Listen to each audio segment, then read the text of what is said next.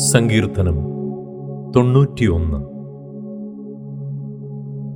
അത്യുന്നതന്റെ മറവിൽ വസിക്കുകയും സർവശക്തന്റെ നിഴലിൻ കീഴിൽ പാർക്കുകയും ചെയ്യുന്നവൻ യഹോവയെക്കുറിച്ച്, അവൻ എൻ്റെ സങ്കേതവും കോട്ടയും ഞാൻ ആശ്രയിക്കുന്ന എൻ്റെ ദൈവവും എന്ന് പറയുന്നു.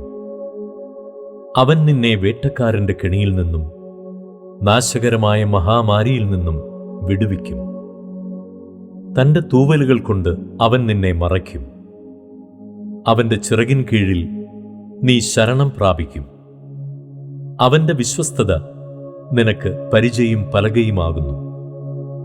രാത്രിയിലെ ഭയത്തെയും പകൽ പറക്കുന്ന അസ്ത്രത്തെയും ഇരുട്ടിൽ സഞ്ചരിക്കുന്ന മഹാമാരിയെയും ഉച്ചയ്ക്ക് നശിപ്പിക്കുന്ന സംഹാരത്തെയും നിനക്ക് പേടിപ്പാനില്ല.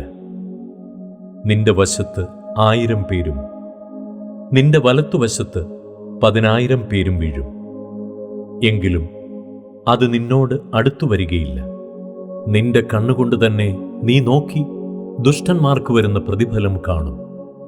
യഹോവേ, നീ എൻ്റെ സംഗീതമാകുന്നു. നീ അത്യുന്നതനെ നിന്റെ വാസസ്ഥലമാക്കിയിരിക്കുന്നു.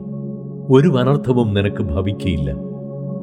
ഒരു ബാധയും നിന്റെ കൂടാരത്തിന് അടുക്കയില്ല. നിന്റെ എല്ലാ വഴികളിലും നിന്നെ കാക്കേണ്ടതിന് അവൻ നിന്നെക്കുറിച്ച് തൻ്റെ ദൂതന്മാരോട് കൽപ്പിക്കും. നിന്റെ കാൽ കല്ലിൽ തട്ടിപ്പോകാതിരിക്കേണ്ടതിന് അവർ നിന്നെ കൈകളിൽ വഹിച്ചുകൊള്ളും. സിംഹത്തിന്മേലും അണലിമേലും നീ ചവിട്ടും. ബാലസിംഹത്തെയും പെരുമ്പാമ്പിനെയും നീ മെതിച്ചു കളയും.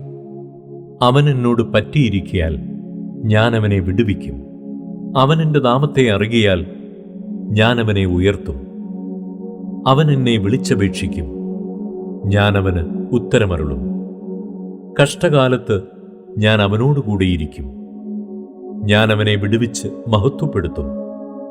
ദീർഘായുസ്സുകൊണ്ട് ഞാൻ അവന് തൃപ്തി വരുത്തും. എൻ്റെ രക്ഷയെ അവന് കാണിച്ചു കൊടുക്കും.